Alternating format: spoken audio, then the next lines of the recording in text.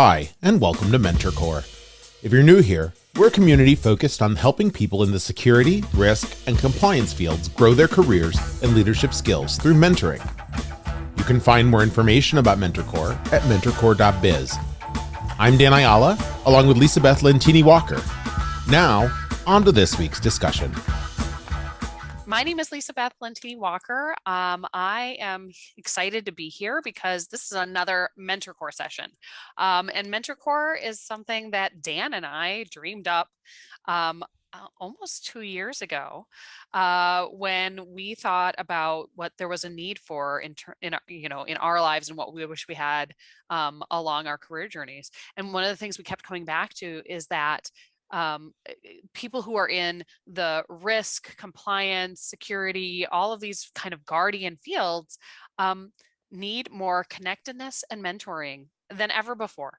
And it is something that we are both dedicated and passionate about. So we started this MentorCore series, and we have a fabulous guest today. But before we go to Candace, in my regular job, run a group called Lumen Worldwide Endeavors, where we help companies put values into action through compliance, ethics, and governance programs. And my buddy Dan, who I get Hello. to spend time with, is here too. Tell us about you, Dan. Hi, everybody. I'm Dan Ayala. I'm the managing partner of Socratic, a boutique security and privacy consultancy providing virtual CISO and privacy officer services to smaller organizations. It's all about strategic security and privacy. And but what I really love to do is working with people and helping grow people, either inside organizations or in groups like this, which is why it's so great to have Candace here today. Candace, welcome. It's really great to have you. Why don't you tell us a little bit about yourself and what's your origin story?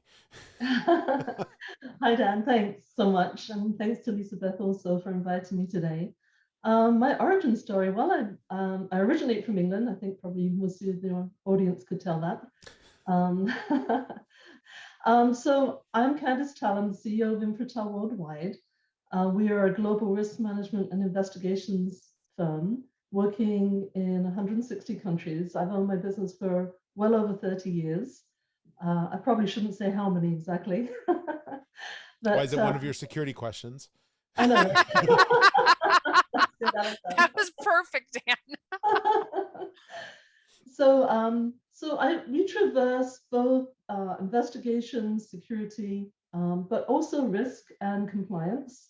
Obviously, most of the investigative work we do is about mitigating and managing risk for clients. And so I've lived in the States for close to 40 years and love it. That's my origin story, and I'm sticking with it. Sounds good. And welcome. We're really glad to have you. Thank you. So one of the things that we were talking about that we wanted to talk about today was mentoring and entrepreneurship through times of turmoil. And I don't know about you, but I feel like it's been a time of turmoil for the last 2 years. But that's, for many people, this goes further back than that. Do you want to talk a little bit about, just start with how does turmoil play into your life and how did that lead toward your paths in mentorship? Sure. So, well, it's a big subject for me, at least. Number one, I love what you guys do. I love MentorCore and everything that you're both involved with. As you know, I track and follow you through online, through all of these avenues that you're involved with. And so mentoring for me is really a big, an important subject also. I was just sharing with Dan and Lisa Beth, that I've been mentoring actually since I was in my 20s, which most of us don't think about our involvement in mentoring. Some people don't even go along in life and in their professional careers thinking about, should I be mentoring for other people? Should I be looking for my own mentors? And I would say that during times of turmoil, whether it's COVID-related pandemic turmoil, market fluctuation turmoil, particularly for people that are entrepreneurs, as we all are.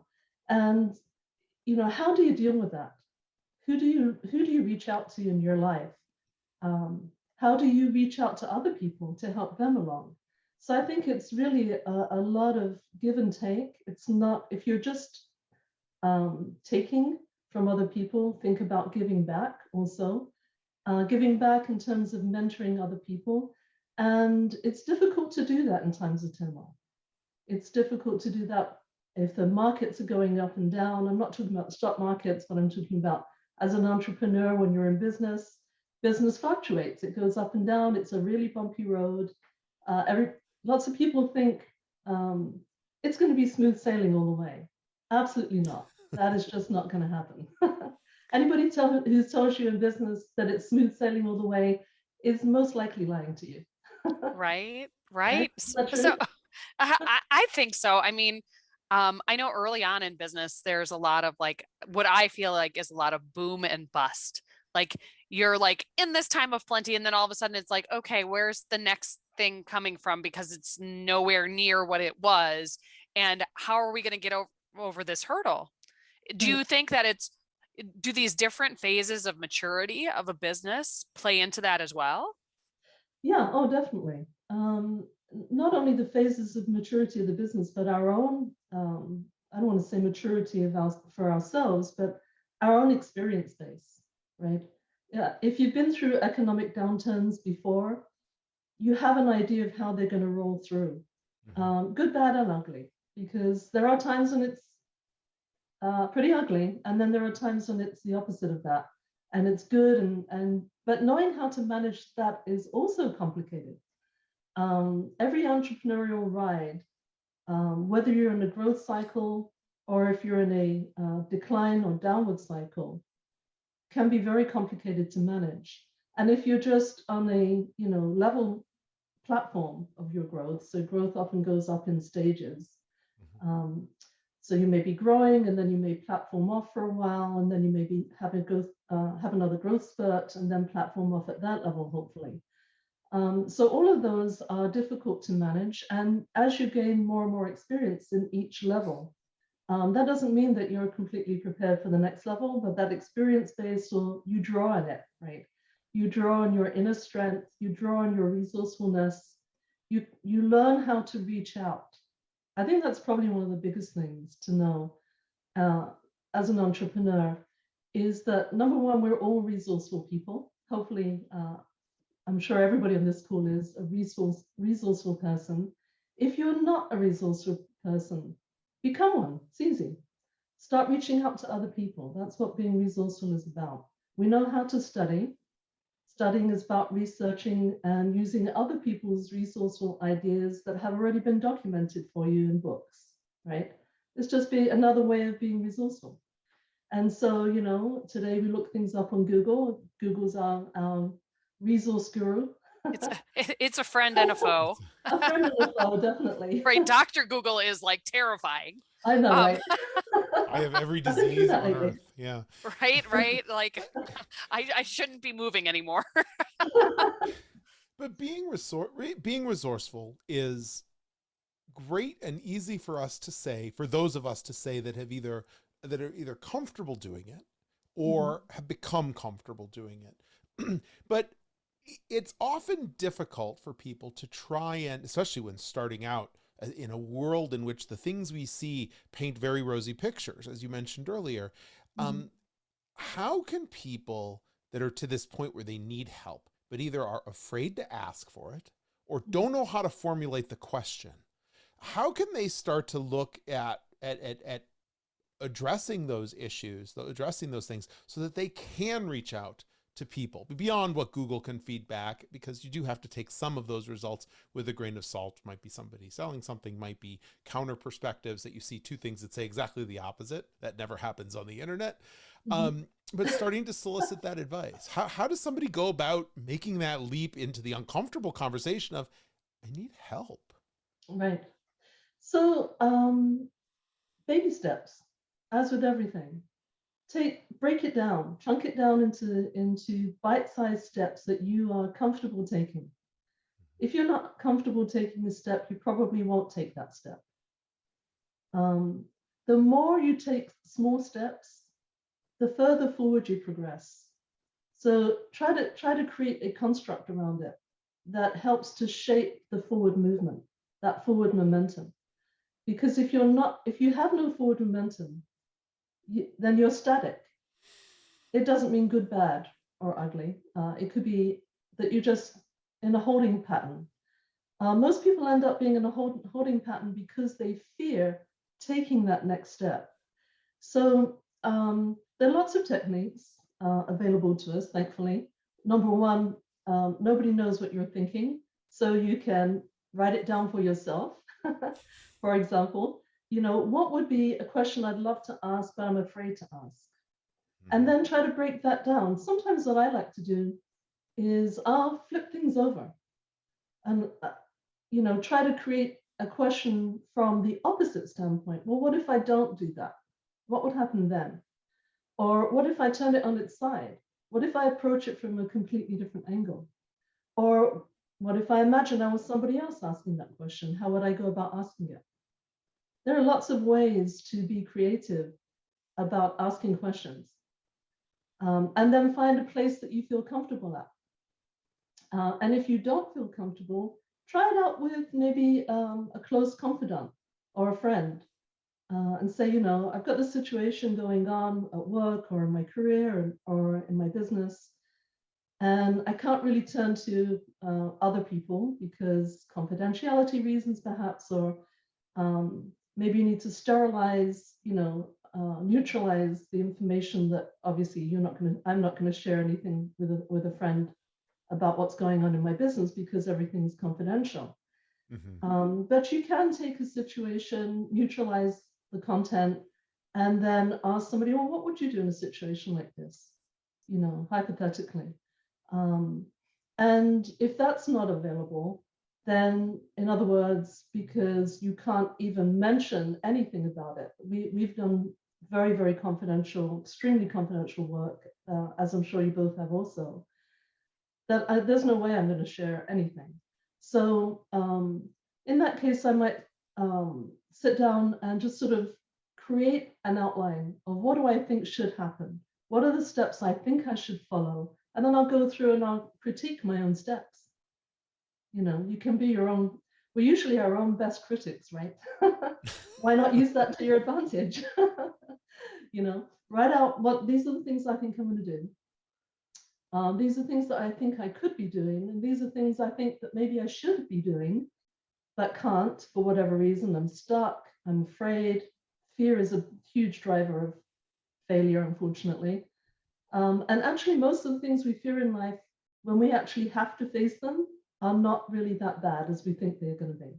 Right. So that's what I tend to do. I try to just really chunk it down to the smallest steps and then start taking them. Sometimes you can just dive right in and take the whole step, and see what happens. Most of the time we're resourceful enough that we can fix things. I used to tell my staff, if most of the things that you fail on in life are recoverable, right? Except for obviously death. I mean, if you end up killing yourself, obviously there are some limitations. Nothing you can do about that. Or dismemberment. That's not going to happen in the work world, right? Normally, it's not going to happen. So sometimes you have to take a risk. That's what taking a risk is about. And the rewards normally are there for taking risks. But you take an educated risk. And if you're not sure, before you take that step, start planning it out. I learned that years ago. Before I had this business, I was in environmental engineering, and I worked with civil engineers, and I learned that from them, because buildings cannot fail, right? You don't want a water treatment plant or a wastewater treatment plant to fail. So everything has to be planned to the nth degree. And so you have to account for every possible failure point. And so there's a lot to be learned from that, in terms of risk management, same thing. You don't want to get to the failure point. The whole idea is to identify, manage, and mitigate risks. Right. So let's talk a little bit about, right. So I've got so many things running through my mind. Number one, we are trained to mitigate and avoid risk because that's kind of what we do. We're supposed to find out where the ugly things are and kind of package them up and avoid touching the you know the live wire. How did you like wake your way through the scariest risk and the scariest time that you had to deal with in your career? Well, in my career, so there are two answers to that. One is in the work that I've been doing for the last 30 odd years.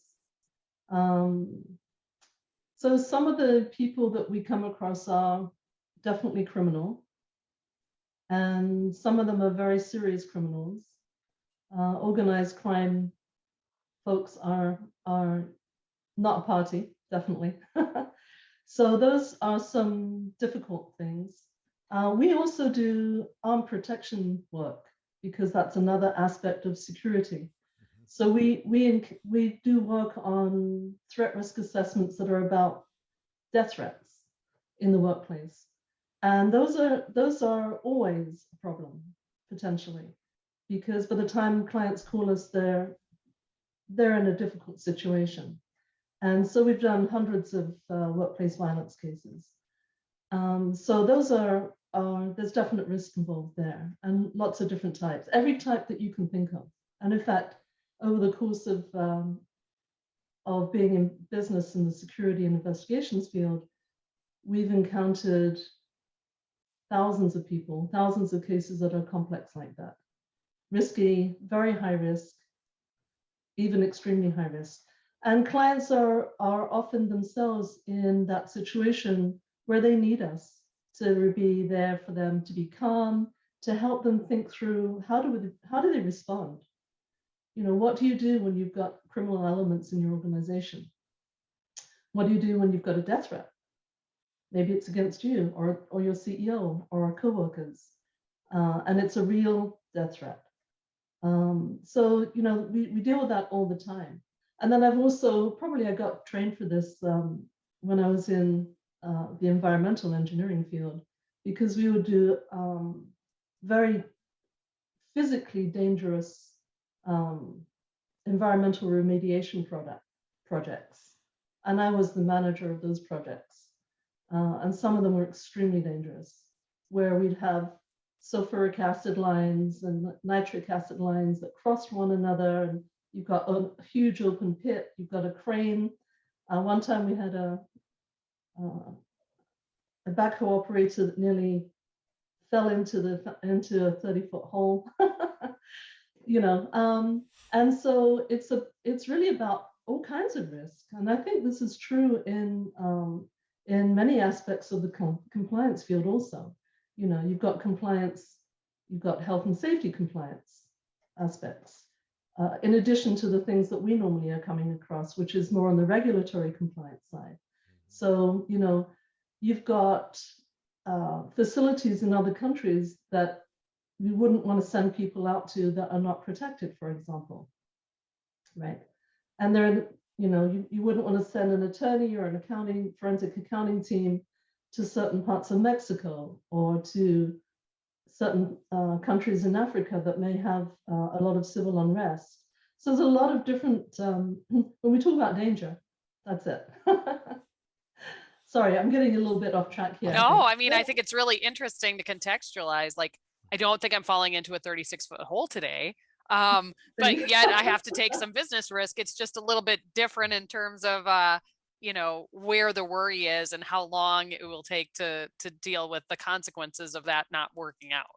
Yeah, and you may have field teams that are doing things that are relatively dangerous, even when we're talking about FCPA compliance, for example, you know, and why are they not telling you about the dangers that they're facing? We see that a lot. We see dangerous bribery situations, and the field team might say, come back to the compliance team and say, hey, there's no way I'm going to do this. Or they may say nothing because they're afraid to. And so how do you overcome that? What is the bridge that needs to be forged and built between the compliance team and the people who are out there in country? And by the way, that can happen here in the US as well. It's not just in It's not just in emerging economies and high risk, high growth areas. It can happen here as well.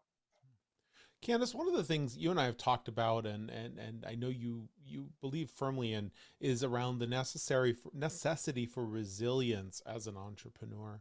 So before we get into some of the more mentoring pieces of it, people who are going into an entrepreneurial field or starting something new, I guess talk a little bit about some of the chops that you need from a resiliency perspective in order to make it in the entrepreneurial world. Mm-hmm. Sure. So I think you develop resilience over time, and I think that's really has a lot to do with experience. Um, so if you're just moving from company to company, we see that a lot today, where people are moving from company to company. You're not necessarily developing a lot of resilience along the way. Resilience happens more when you really are encountering difficulties. Mm-hmm. So it's your experience base of handling difficulties that builds resilience, right? So I think it is really has a so there are a lot of elements to each of these things, and they're all sort of intertwined. So you can build resilience by having mentors, right, that help you navigate difficult areas, that help you navigate into new directions in your career. So that's one aspect. Maybe that's sort of the elemental aspect of resiliency. How do you build it? How do you develop it? How do you become a resource yourself to other people? How do you bring people along the way with you? These all sort of intertwine together. And then there's actual resilience. So let's say you're an entrepreneur today going through market turmoil. Some companies are growing dramatically during COVID for reasons that I won't get into right now, but I think probably we're all familiar with some of them. And then there are companies who are suffering terribly. A lot of small businesses have already gone under. That's not unusual. We saw the same thing back in 2007, 8, and 9, where millions of small businesses went under. And they're not just all tiny businesses. Some of them are pretty substantial sized. But for the most part, the biggest number of businesses that go under in times of turmoil are the smaller businesses. And that's a terrible thing. It's a tragedy. It really is for the people concerned, for the families. And what do you do if you're facing that? You feel like you're going to fall right off the abyss, into the abyss, right? You're right at the edge. You're going to fall off. So I learned a lot myself in my own business. Back in 2007, actually, is when the financial crisis started to happen and deepen. It deepened by 2008. Where we had stellar clients. We've always had stellar business clients, and we still do today, thankfully. And we didn't lose any clients, but they stopped sending work. And so we lost about 75% of our business revenue in a matter of weeks. If you're an entrepreneur, you know what that means. That means that your cash flow is going to fall off into the abyss in probably around 2 months, because of the cycling of cash. So about 2 months after that started to happen, we were, you get into very difficult decision points. When do you have to let go of staff? Well, as an entrepreneur, you never want to let go of your staff, because it took forever to create your staff and build them and educate them and train them and all those good things. And usually you've got a great team. I've always had great teams around me, and I value all my employees. But when you're in a time of that kind of crisis, you have to make very, very difficult decisions. And then that may not be enough. So you let go of employees, but that's not going to be enough either to recover your business. So I think that the critical things that I learned, and it took me a year of very tearful nights, one day I was actually driving home, and I had a sort of a light bulb moment, and I thought, wait a second. If I was just starting out my company and I had the revenue stream that I still have today at that time, I would be breaking open a bottle of champagne and celebrating, right? Because I'd be thrilled with having clients and business. Right. And so instead of, I thought, wait a second, I'm crying over the business that I've lost. So as entrepreneurs, anybody that's on the call or listening in the future, if you're an entrepreneur and you're going through a difficult time, or if you're an employee going through a difficult time, and you're thinking, well, maybe I'd like to go out and start my own business. Number one, it's a bumpy road. Number two, be resilient, be resourceful. Number three. Number four, if you face difficulties, think like a startup company. Think like a startup. Re-examine everything in your business. Does it have to be done that way? Can it be done better? Can it be streamlined? Are there technological advances that you haven't taken advantage of? What are you doing for your networking? Business networking is essential because if you don't network, you're probably not being active enough in bringing new sales in, new leads, new contacts. Mm-hmm.